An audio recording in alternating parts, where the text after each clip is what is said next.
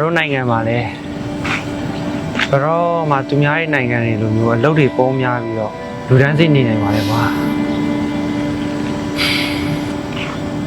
အိမ်ကိုရမ်းလွှမ်းနေပြီကွာအာတင်နာဆက်မှာတားကြီးတနေ့တော့ငါတို့အိမ်ကိုပြန်နိုင်မှာပါကွာနော်ကျွန်တော်တို့အိမ်မှာပဲနေချင်တာပါဗျာကျွန်တော်တို့နိုင်ငံရေးစီးပွားရေးအခက်အခဲတွေကြောက်တာဒီနိုင်ငံမှာလက်မီခိုကြရတာပါအချိန်တန်ရင်တော့ကျွန်တော်တို့အိမ်ပြန်မှာပါဗျာတေချာဘောကိုအိမ်ပြန်မှာပါဗျာဒီနိုင်ငံမှာကျွန်တော်တို့ကိုမိဖို့ဝင်ပေးထားတယ်တက်ဆိုင်ရာတာဝန်ရှိသူတွေနဲ့တိုင်းနိုင်ငံသားအားလုံးကိုအရန်ပဲကျေးဇူးတင်ပါတယ်ဗျာ